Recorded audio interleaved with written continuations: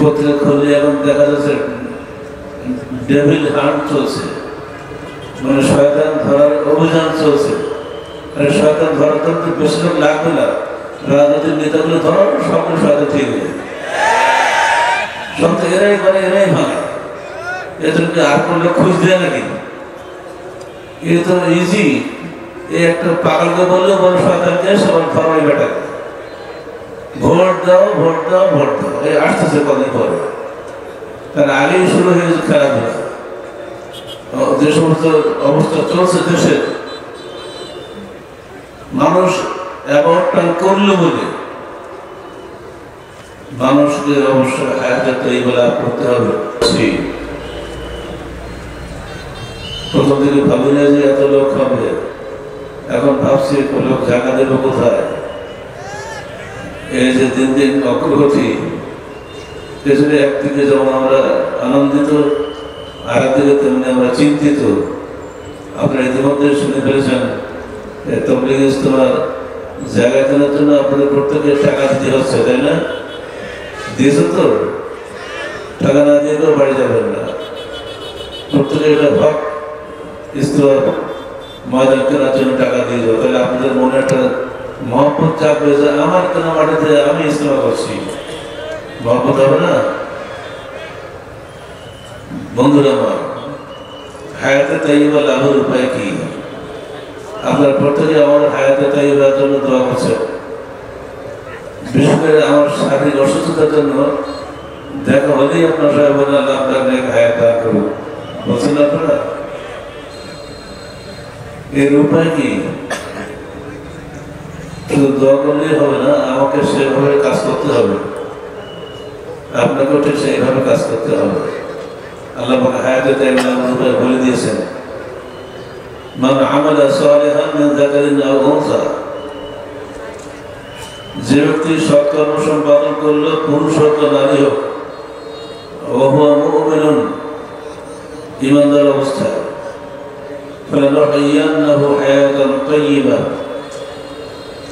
আমরা তাকে জীবিত রাখবো দুনিয়াতে পবিত্র জীবন দিয়ে। লানাজজিয়ান্নাহুম আজরাহুম বিআহসানি মা কানু ইয়ামালুন, তারা যে সৎকর্ম করে তার সাথে উত্তম পুরস্কার দিয়ে তাদেরকে আমরা বিভূষিত করব। সূরা নাহল মক্কি সূরা 97 আয়াত আল্লাহ পাক বলে দিচ্ছেন। অধিকাংশ মক্কি সূরা আকীদাগত। মক্কার লোকেরা হায়াতে তাইয়্যিবার মধ্যে ছিল না, তাদের হায়াতটা ছিল বিভিন্ন দুর্নীতির ভরা। আজকের বাংলাদেশের রাজনৈতিক হায়াত বিশেষ করে দুর্নীতি ভরা। পত্রিকা খুললে এখন দেখা যাচ্ছে ডেভিল হান্ট চলছে, মানে শয়তান ধরার অভিযান চলছে। শয়তান ধরার তো বেশি লোক লাগবে না, রাজনৈতিক নেতাগুলো ধরো সকল শয়তান ঠিক হয়ে যাবে। সব তো এরাই করে, এরাই ভাঙে। এদেরকে আর কোনো লোক খুঁজ দেয় নাকি? এ তো ইজি। এই একটা পাগলকে বললেও বড় শয়তানকে সবার ধরাই বেটাকে ভোট দাও, ভোট দাও, ভোট দাও। এই আসতেছে কদিন পরে, তার আগেই শুরু হয়ে গেছে খেলাধুলা। যে সমস্ত অবস্থা চলছে দেশে, মানুষ অ্যাবাউটটা করলো বলে মানুষকে অবশ্যই হায়াতে তাইয়্যিবা করতে হবে। আবু জেহেল, আবু লাহাবের সময় দূরবর্তী মক্কার যে অবস্থা ছিল, আজকাল আবু জেহেল, আবু লাহাবের সময় বাংলাদেশে এই অবস্থায় হচ্ছে। আমাদেরকে ইসলামী খেলাফতের দিকে ফিরে যেতে হবে, যে খেলাফত আল্লাহ রাসূল প্রতিষ্ঠা করে গিয়েছিলেন।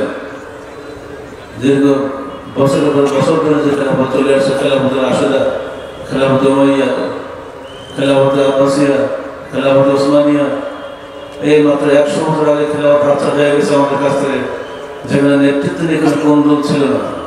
আর এখন নেতৃত্ব নিয়ে ঘরে ঘরে কোন্দল, স্বামী স্ত্রী তারাক হয়ে যাচ্ছে, ভাই বড় ভাই ছোট ভাইয়ের মধ্যে সম্পর্ক নাই, এক ভাই এক পার্টি করে, আরেক ভাই আরেক পার্টি করে, ফলে তাদের মধ্যে মহব্বতের সম্পর্ক হারিয়ে যাচ্ছে।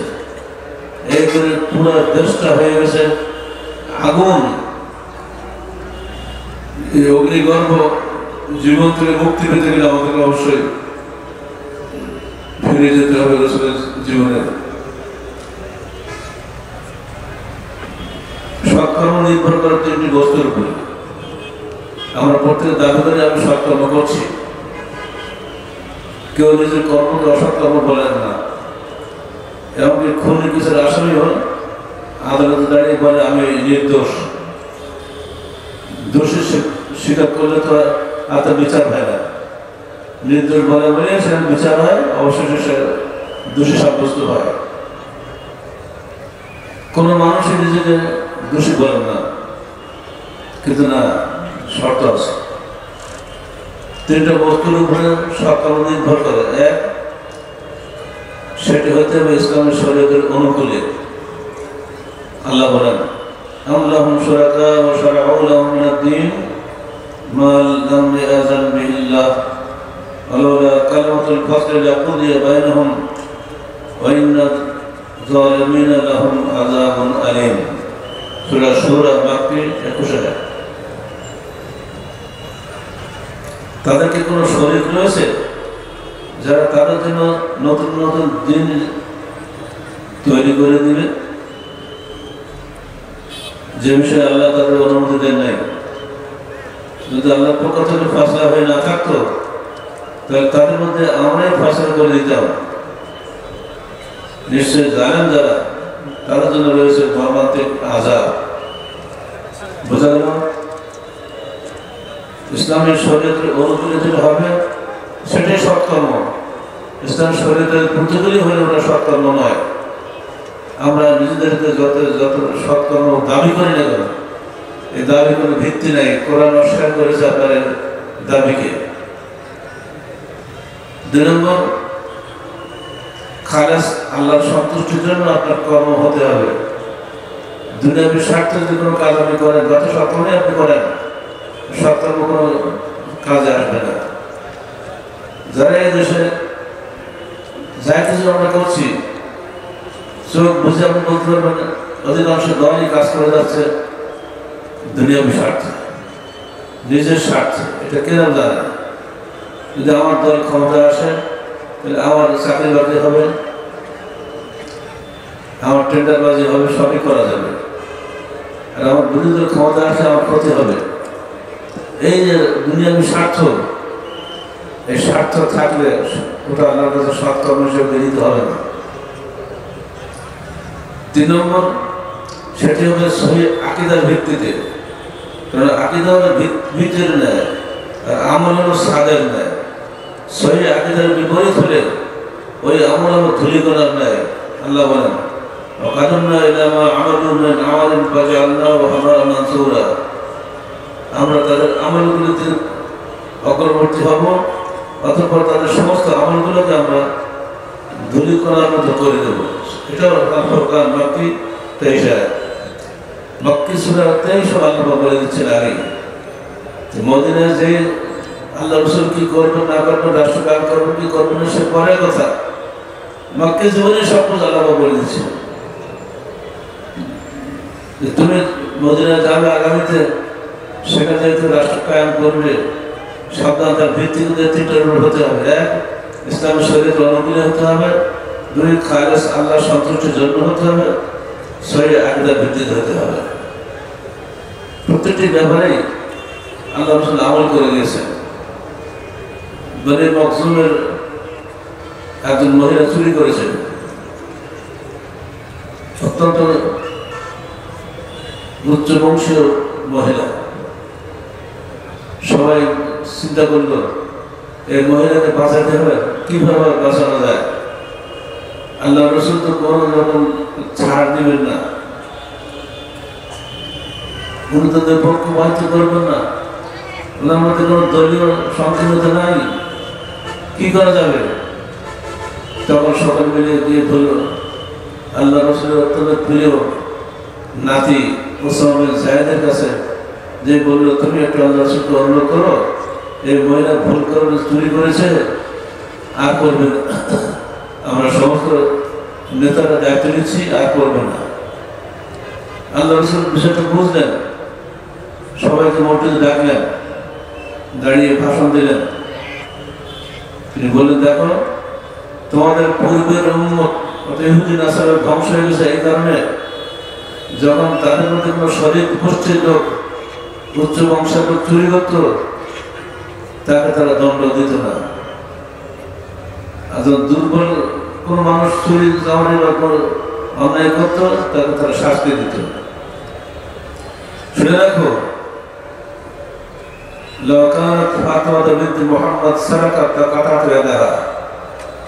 যদি মোহাম্মদের কন্যা ফাতেমা চুরি করত, আমি তার হাত কেটে দিতাম।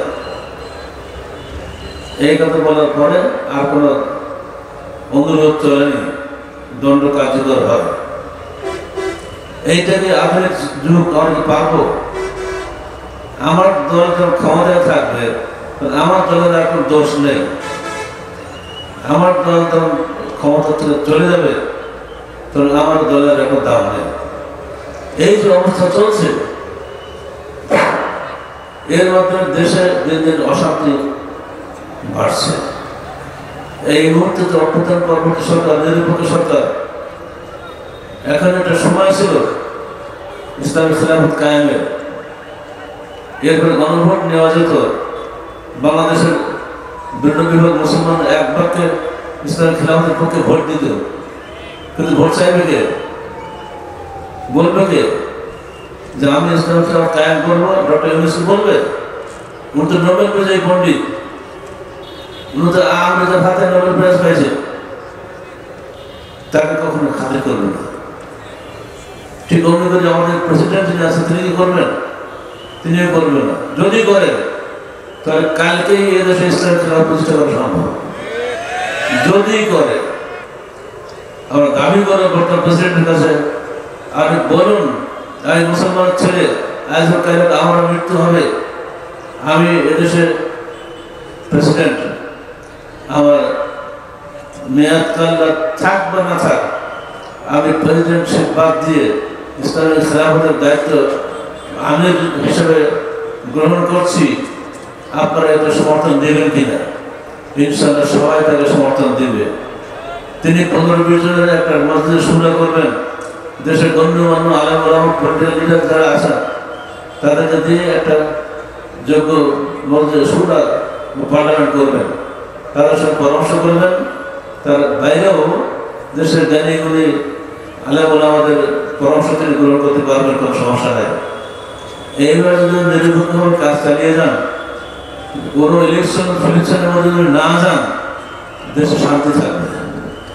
যেমনি ইলেকশনে যাবেন, অশান্তি শুরু হয়ে যাবে চারদিকে, অন্যায় শুরু হয়ে গেছে অলরেডি ইতিমধ্যেই। এটা খুবই খারাপ জিনিস। আমরা জাতিকে এইভাবে সাবধান করছি, এগুলোর মধ্যে আপনারা ঢুকবেন না। আল্লাহ রাসূলের এই নিরপেক্ষতাই তাকে বিশ্ব ইতিহাসে সবচেয়ে নাম করা মানুষে পরিণত করেছে।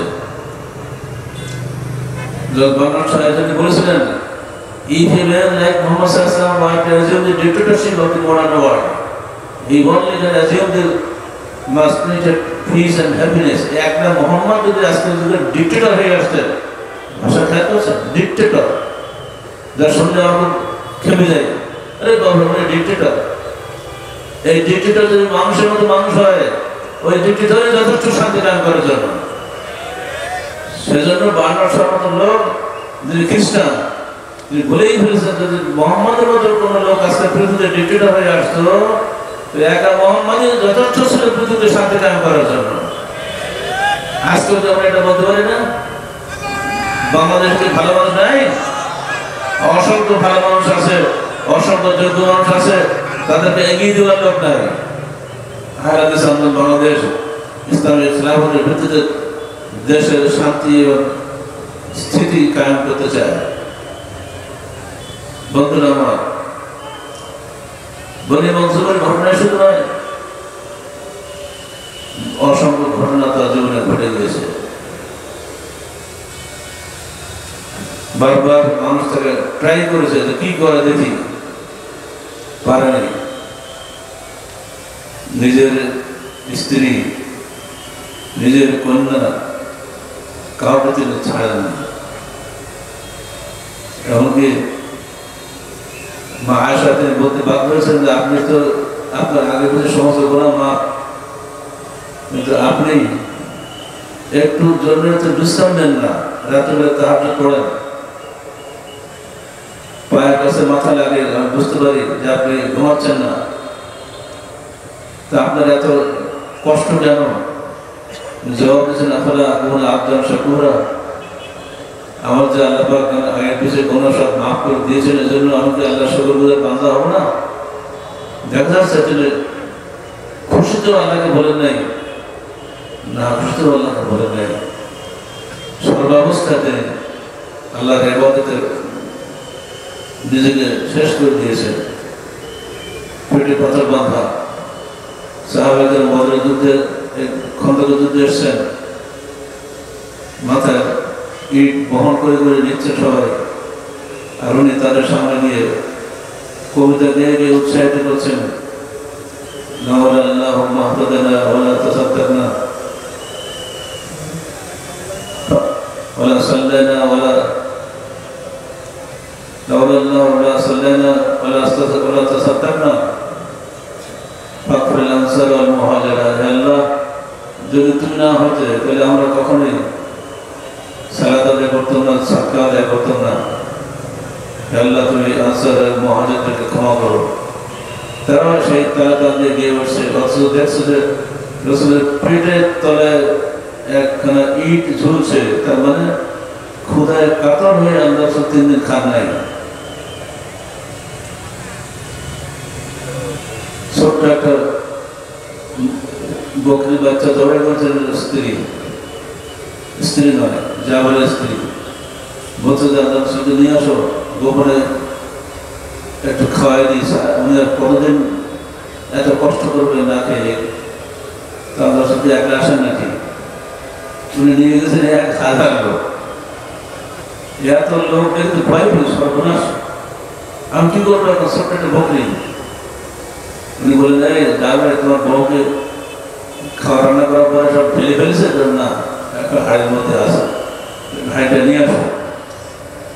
বিসমিল্লাহ বলে উঠেছেন, একটা চামড় স্টেনের রুটি দিচ্ছেন, সবাই রুটি খাচ্ছে, গোশ খাচ্ছে, গোশও পুরায় না, রুটিও পুরায় না।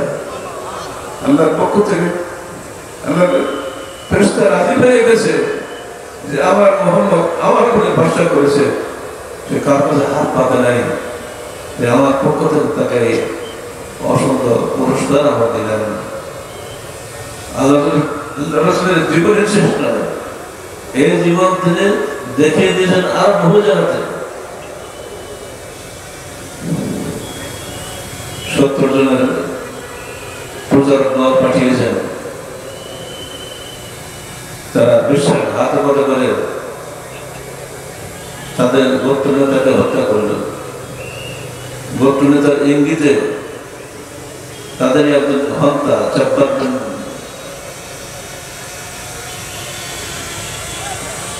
সে পেছন থেকে বর্ষা মেরে তার সঙ্গে সঙ্গে ওখানে হত্যা করলেন।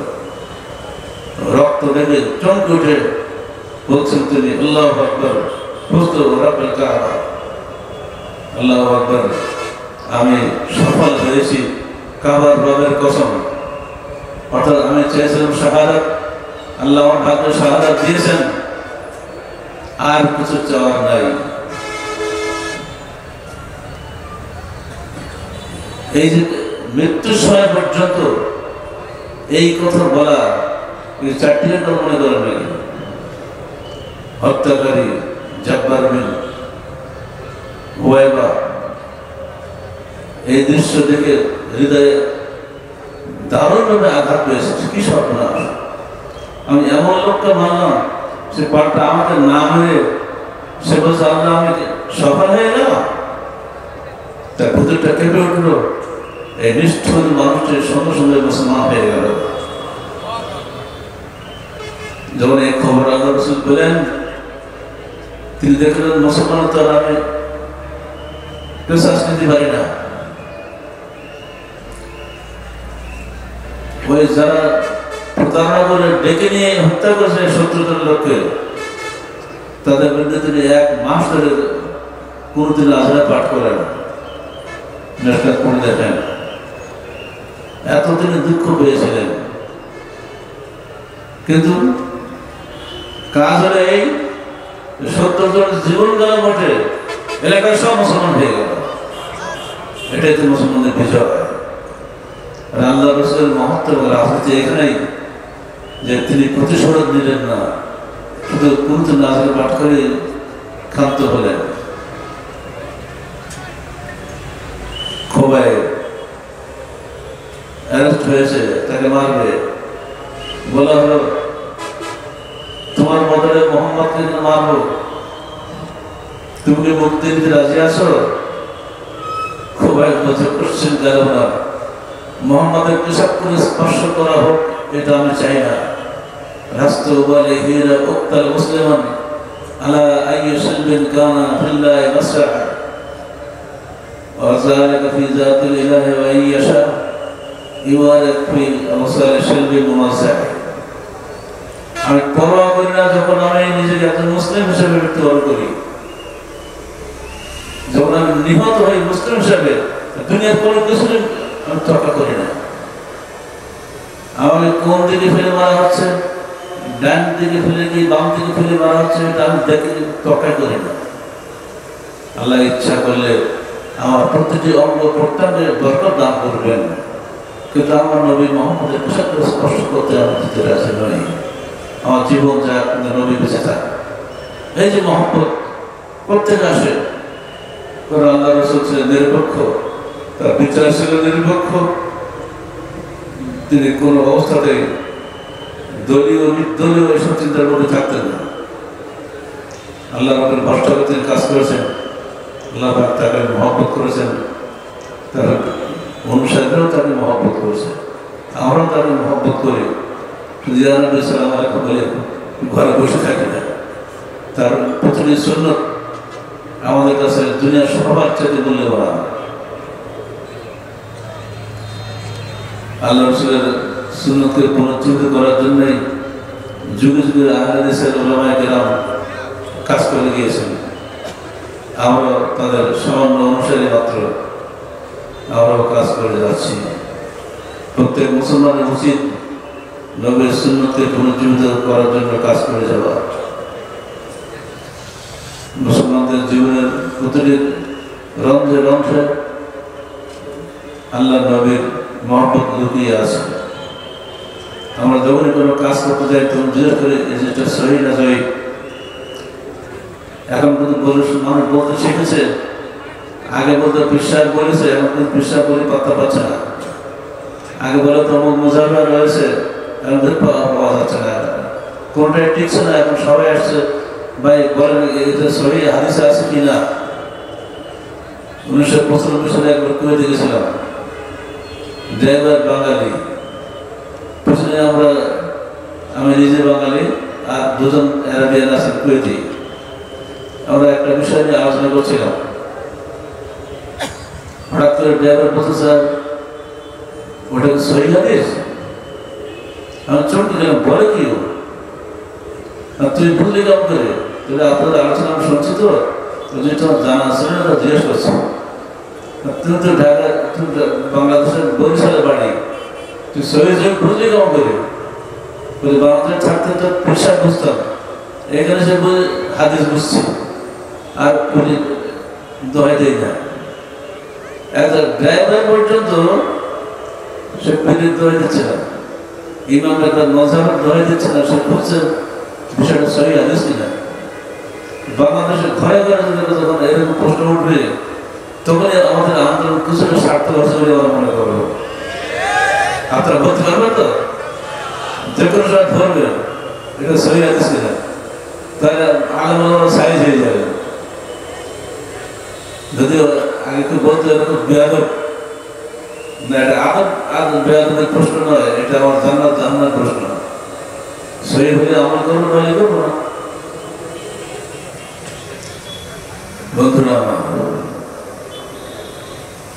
হায়াতের তৈবা লাভের জন্য যে 3টা বস্তু প্রয়োজন, এই তিনটা আপনারা শুনলেন।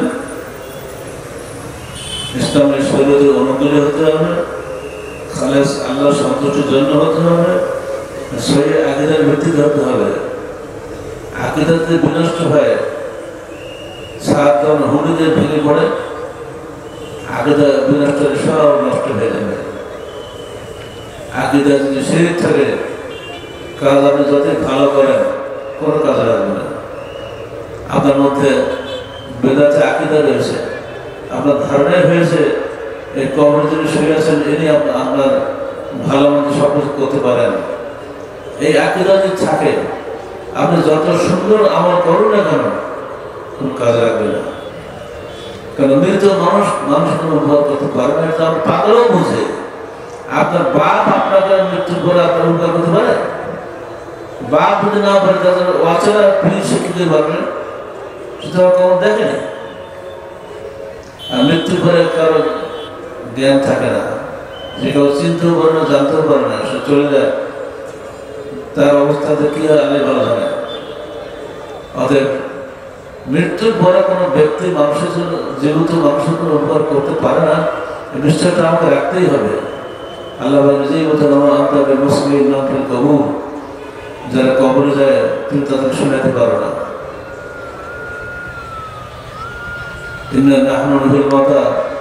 আল্লাহ বলছেন, দেখো তুমি কখনোই মৃত ব্যক্তিকে শোনাতে পারবো না। এই যে আল্লাহ মধ্যে আর যে ব্যক্তি পালিয়ে চলে যায় তাকেও তুমি শোনাতে পারো না। তুমি মৃত ব্যক্তি শোনাতে পারো? আল্লাহ বলছে শোনাতে পারো না, আর আমরা বলতে শোনাতে পারি। এই বিষয়টি আমাদেরকে ভাবতে হবে। আমরা এগুলো কেন করছি? বাংলাদেশে যত ভিড় আছে, যত ওরস আছে, অসংখ্য মানুষ হাতে মুসলমানদের বিভক্ত হয়ে গেছে। 1991 সালে বাংলাদেশ সরকার হিসাব মোতাবেক 2,98,000 পিস ছিল। 81 সালের পরে আজকে 2025 সালে পিসের সংখ্যা বাড়েনি, অসংখ্য ভিড় বেড়েছে। আর প্রত্যেক তৈরি আলাদা, কোন ভিড় প্রত্যেকেই বলছেন আমার তৈরিতে আসেন আপনি জান্নাত পাবেন। আসার তৈরি হচ্ছে একটাই, এটা আল্লাহ আমাদের আগেই বলে গিয়েছেন। অবশ্যই তোমাদের উপরে আমাদের দিন আসছে, যেমন এসছে বলে ইসরায়েলের উপরে তাদের ইহুদিরা 71 দলে, নাসারারা 72 দলে বিভক্ত হয়েছিল, তোমরা আমরা 73 দলে বিভক্ত। সাহাবারা জিজ্ঞেস করলেন, ইয়া আল্লাহর রাসূল দলে জান্নাত হবে কারা? তিনি বললেন, মা আনা আলাইহি ওয়া সাহাবী, যে আমার সাহাবীরা যে তরিকার উপরে আজকে আছি তারাই মাত্র জান্নাতি হবে। প্রত্যেক দাবি করছে আমরা, কিন্তু আসলে তাই হতে পারছি? দাবি করলে তো শুধু হবে না, কোরআন হাদিস খুলতে হবে, দেখতে হবে, যাচাই করতে হবে, তারপরে আপনার দাবিটা গণ্য হবে। আমরা আদালতে বিচার দিই, একজন মানুষ গরিব মানুষ, তার কিছু নেই, কাগজ আছে, আর একজন ধনী মানুষ তার বহু কিছু আছে। উকিল একটা জায়গায় 5টা দিয়েছে, আমার একটা উকিল টাকা সাহায্য নেই, কিন্তু যখন বিচার হবে তখন দেখবেন কাগজ তার সঠিক, যার কাগজ সঠিক হবে সেটাই সঠিক হবে, তার পক্ষে রায় হবে। এটাই নিয়ম। আহলে হাদিস আন্দোলন বাংলাদেশ মানুষকে ওই কাগজের দিকে আহ্বান জানায়, হে মানুষ, সহিহ হাদিসের দিকে ফিরে চলো, দেখো তোমার কাজ সহিহ হাদিস মোতাবেক হচ্ছে কিনা, যদি হয় তাহলে করো, না হয় তাহলে ছাড়ো। ইনশাআল্লাহ তোমার জীবনে শান্তি আসবে ইহকালে এবং পরকালে। এই ছোট্ট কথাটাই যদি আমরা খালি মনে রাখতে পারি, তাহলে ইনশাআল্লাহ আমাদের কোনো সমস্যা হবে না। আমরা আকীদাটাই আগে ঠিক করে নেই, এটির মূল আকীদা।